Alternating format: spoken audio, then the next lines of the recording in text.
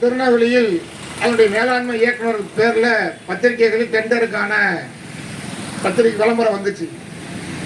ஒரு மாத காலம் நீங்கள் இந்த ஜூன் 16 முதல் அடுத்த ஜூலை 17 வரை காலை 10 மணி வரை எந்த ஒரு நிறுவனமும் நீங்கள் டெண்டரில் பங்கேற்கலாம் என்று சொல்லி இந்த நிறுவனத்துக்கான சில தகுதிகளை சில குறைந்தபட்ச இதை வரையறுத்து அந்த டெண்டர் விட்டுருக்காங்க.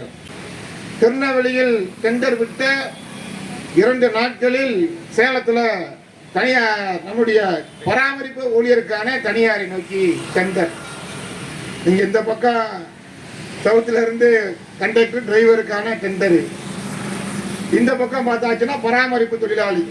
அதாவது நினைக்கலாம் கண்டக்டரு அப்பா நமக்கு தான் விட்டுருக்காங்களோ, அப்போ நம்ம தான் இனிமேல் எதிர்காலத்தில் பணியில் இருக்க முடியாதோன்னு. அப்புறம் டிரைவர் நினைக்கலாம் நம்ம வேலைக்கு ஆபத்து வந்துருச்சோ அப்படின்னு. இப்படி ஒவ்வொருத்தராக தனித்தனியாக புலம்பக்கூடிய நிலை தான் இருக்கு. இப்போ இந்த பக்கம் சேலத்தில் இருக்கக்கூடிய நிர்வாக இயக்குனர் நீங்கள் 18 பக்கத்துக்கு போட்டிருக்காரு இ டெண்டர். நீங்கள் 18 பக்கங்களுக்கு கண்டிஷன்ஸு என்னன்னா ஆர்சி பிரிவு முழுமையாக தனியார் நோக்கி போவதற்கான ஏற்பாடு. புரியுற மாதிரி சொன்னோம் அப்படின்னா ஒரு கியர் பாக்ஸை பராமரிப்பை நீங்கள் சரி செய்து கொடுக்கணும். கியர் பாக்ஸு பேருந்தில் பழுதாகி போச்சு, அந்த கியர் பாக்ஸை கிளையில் கலட்டி ஆர்சி பிரிவுக்கு அனுப்பி வச்சிருவோம், புதுப்பிக்கும் பிரிவுக்கு அனுப்பி வச்சிருவோம்.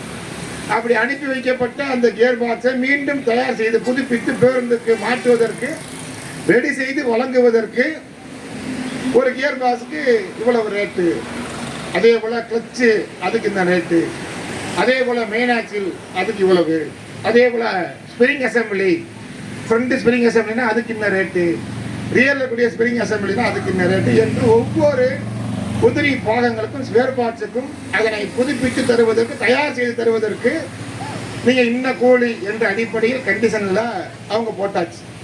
இதில் எந்த நிறுவனம் குறைந்த டெண்டருக்கு வர்றானோ அவனுக்கு தான் என்ன கொடுக்க முடியும், டெண்டர் கொடுக்க போகிறாங்க. சரி, உற்பத்தியை தனியாருக்கு கொடுக்க போகிறான், பராமரிக்கக்கூடிய உற்பத்தியை சரி செய்து கொடுப்பதை தனியாருக்கு கொடுக்க போகிறாங்க.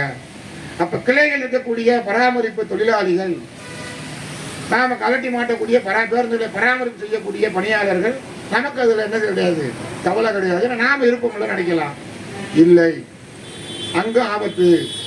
சிஎஃப்சி என்று சொல்லக்கூடிய மத்திய தகுதி சான்றிதழை ஏற்படுத்தி கொடுக்கக்கூடிய எச்சி பிரிவு என்று சொல்லக்கூடிய அந்த பிரிவுக்கு இப்போ நான் சொன்ன மாதிரி ஒவ்வொரு ஸ்பேர் பார்ட்ஸையும் நீங்கள் பேருந்துகளை கலட்டி மாட்டினா அதற்குரிய அடிப்படையில் என்ன தொகை என்று அதற்கு டெண்டர் விட்டாச்சு.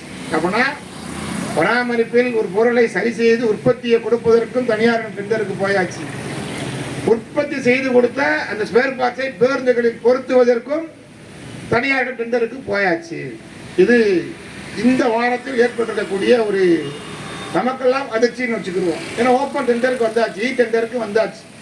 2 எம்டிக்களும் பத்திரிகைகளில் விளம்பரமாக கொடுக்கப்பட்டிருக்கு. இது ஒரு புறம் இருக்கு.